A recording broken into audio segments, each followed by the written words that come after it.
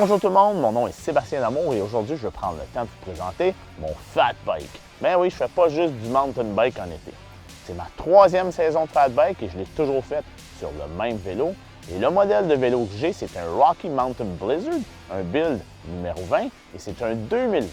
La raison pourquoi je suis allé avec le Blizzard, c'est plutôt simple, c'est la géométrie du bike. On a un head angle de 66 degrés et un seat tube angle de 74 degrés. Et on a un bike qui n'a pas un empattement hyper long, donc ça reste un bike maniable.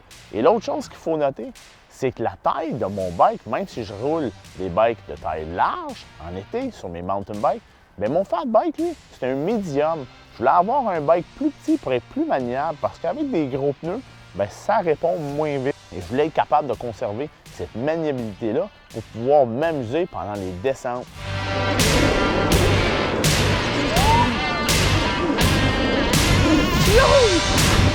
Je voulais également prendre un moment durant la présentation de mon Fat Bike pour vous expliquer c'est quoi mes plans pour Culture MTB version Fat Bike.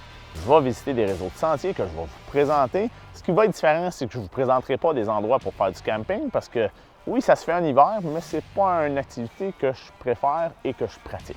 Donc, au niveau de Culture NTB, ce que je vais faire pour les épisodes, c'est que je vais vous présenter un réseau de sentiers. Je vais encore donner un conseil et je vais vous recommander également soit une bière ou un breuvage chaud, même si j'en bois pas de breuvage chaud, donc c'est plutôt difficile pour moi de vous recommander ça. On va regarder mon Fat Bike de plus près et on va commencer à l'arrière pour s'amener à l'avant. Et la première chose que vous allez remarquer à l'arrière, c'est la transmission. Et oui, même si j'aime énormément le Shimano, bien, mon Fat Bike, lui, il est équipé en SRAM. Et maintenant, ma transmission est du niveau NX. Parce qu'originalement, le bike est construit en SX au niveau de la transmission. Et on sait, beaucoup de gens ont eu de la difficulté avec cette transmission-là. Par contre, moi, j'ai fait plus de 2 saisons qui ont plus de 2000 km chacune sans aucune difficulté avec cette transmission-là. Pourtant, je ne suis pas le gars le plus doux sur mes bikes. Donc, j'ai passé au mode NX parce que la disponibilité des pièces est rare et c'est une transmission sur laquelle je peux mettre la main. Est-ce que j'adore cette transmission-là? Ça fait le travail. J'ai une cassette 10-50, donc le saut et le gapping dans la cassette me convient. Ce n'est pas un aussi gros saut qu'on a quand on a une cassette de 52T en arrière. Au niveau du pédalier, on va retrouver un chainring de 30T. Le prochain élément que vous allez remarquer sur mon Fat Bike, c'est mes pneus. Et on ne se le cache pas, en Fat Bike, les pneus est la composante la plus importante parce que c'est elle qui va faire en sorte que si vous avez de la traction sur la glace et la neige. Je suis allé avec les North 45 Dillinger 5 cloutés. J'adore ces pneus-là. J'ai énormément de traction. Et ce que j'aime également des clous, c'est quand on roule sur des conditions un petit peu plus glissantes, en début, fin de saison, tout ça, bien, on a encore beaucoup de traction. Et même les clous, même si ça fonctionne bien sur la glace, sur de la neige durcie également, on va voir que les clous travaillent très bien. Mes pneus et mes roues ne sont pas montés tout blus, je roule encore avec des tubes. Et je roule des tubes de mountain bike pour alléger le poids parce qu'un tube de fat bike, bien, c'est plutôt lourd. Maintenant, au niveau du débat, clouté ou non, bien, moi, je vais vous le dire tout de suite, là, je ne roulerai jamais, mais jamais en fat bike sans être clouté. Pour moi, c'est trop important d'avoir une bonne traction, surtout quand je vais frapper des vitesses au-dessus de 60 km/h comme j'ai fait l'année passée à Rawdon. Le prochain élément qu'on va regarder, c'est un élément que plusieurs considèrent inutile sur un fat bike, mais moi, je m'en passerai pas. Et là, je parle de mon dropper post. J'ai mis un dropper post externe vraiment bas de gamme du brand XSN que j'ai acheté sur Chain Reaction. Et honnêtement, c'est ma troisième saison dessus et je n'ai jamais eu aucun problème. Je l'adore et pour moi, ça reste un élément important parce que je suis tellement habitué d'utiliser mon dropper post quand je fais du mountain bike que c'est un réflexe complètement naturel pour moi de baisser mon siège. Donc là, on va regarder au niveau de la pédale parce que là aussi, on a un débat. Est-ce qu'on roule clippé ou non? Personnellement, je roule en flat parce que tout l'été, je roule en flat, donc je garde le même feel. Et vous savez quoi? J'utilise encore les pédales One-Up parce que je les aime énormément, mais cette fois-là, j'ai le modèle en composite parce qu'ainsi, la transmission du froid est moins rapide à travers la botte. Je l'ai testé moi-même et c'est quelque chose que j'ai remarqué. La raison pourquoi je ne roule pas clippé, bien, je ne roule pas clippé en été non plus. Et l'autre chose, c'est que je vois trop de gens, quand ils sont prêts à se clipper, qui ont un amas de glace qui s'est fait sur leur clip et font en sorte qu'ils ne peuvent pas clipper leurs bottes pour pédaler. J'ai le même problème en roulant flat. J'ai de la glace qui va s'amasser sur la pédale, mais pas sur ma botte. Maintenant, regardons les freins de plus près. Et vous allez remarquer quelque chose. Personnellement, j'adore les freins Magura. Par contre, les Magura utilisent de l'huile minérale. Originalement, le bike vient avec des Shimano qui utilisent également de l'huile minérale et je les ai roulés pendant 2 saisons. Au début de la saison 2021-22, je suis allé rider à Oka avec un ami parce qu'on pouvait rouler le côté sud, même en fat bike, ce qui est une expérience différente. Donc, sur le jump de la Powerwall, quand j'ai atterri, mon bike a bouncé vers la droite et j'ai foncé dans un arbre. J'ai complètement brisé ma manette de mon frein arrière. J'ai donc dû changer de frein. Et ça, j'ai fait ça cette semaine. Et pour mes nouveaux freins, j'ai choisi du SRAM, du Guide T 4 pistons 2021.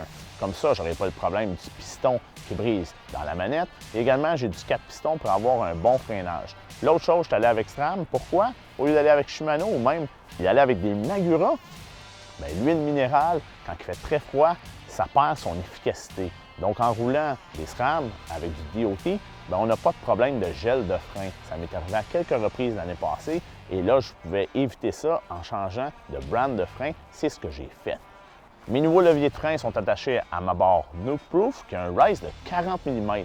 J'aime les barres qui ont du rise, je trouve ça beau, mais également, ça me rend confortable sur mon bike. Je suis un petit peu plus droit quand je fais de la montée, je ne suis pas obligé d'être penché autant. Donc, mon bas du dos me remercie énormément pour ce choix-là. Également, de Nukeproof, j'ai un stem qui est mauve, parce que vous savez, j'aime le mauve. Et au niveau du cockpit, le dernier item, c'est les grips. C'est ce qui est important, c'est sur quoi on met nos mains. Moi, j'ai décidé de conserver le même feel que j'ai en été. Par contre, là, on roule avec des gants en fat bike, vous allez me dire, c'est sûr que le feel change. Mais je suis allé avec les mêmes grips que j'utilise en été, donc les One Up Components, et j'ai été en mauve encore.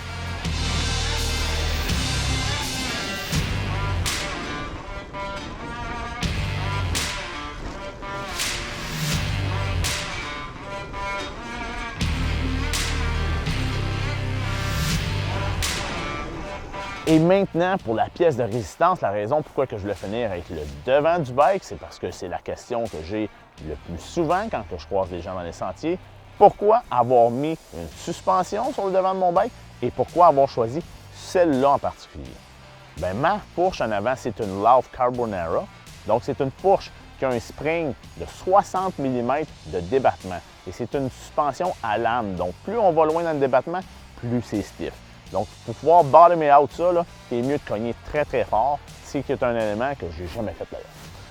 Ce qu'il faut noter, c'est la raison pourquoi je suis allé avec une suspension comme ça à l'avant. De un, j'ai été capable de la trouver vraiment pas dispendieux quand je regardais sur Kijiji. Donc, j'ai sauté sur l'opportunité. De deux, j'aime les choses qui sont plus uniques et ça donne un look assez unique et très joli à mon bike. C'est quelque chose que je trouvais intéressant. Un autre élément pourquoi j'ai choisi la Lauf Carbonara, c'est une fourche en carbone. Et la dernière raison, je voulais avoir un petit peu de suspension. Et ce que je remarque au niveau de ma suspension, c'est que quand on roule des sentiers qui ont beaucoup de petites bosses, des petits vallons, du freinage et tout ça, la suspension travaille vraiment bien là-dedans. Ce n'est pas un élément aussi flagrant qu'une fourche de mountain bike. C'est vraiment une fourche assez spéciale comme feel. C'est une fourche vraiment pour du cross-country. Comme ça, on n'a pas de perte d'énergie au niveau du pédalage, mais l'absorption des petites bosses est quand même là, ce qui est un élément que je trouve vraiment plaisant. Et en regardant la fourche de plus près, vous allez remarquer un élément, j'ai un mudguard en avant. Et ça aussi, c'est une question qui me revient souvent. Pourquoi j'utilise un mudguard? C'est simple. L'hiver, je prends mon fat bike pour me rendre au travail. Quand je roule dans la rue, là, j'ai de la boîte, j'ai de la slush et j'ai toutes sortes de choses que je veux pas qu'ils me remontent d'en face. Je m'en vais à job, ça me tente pas d'arriver là, picoter de cochonnerie. Une dernière question qui me revient souvent, c'est est-ce que j'utilise mon fat bike l'été? La réponse est non. J'utilise mon fat bike seulement en hiver.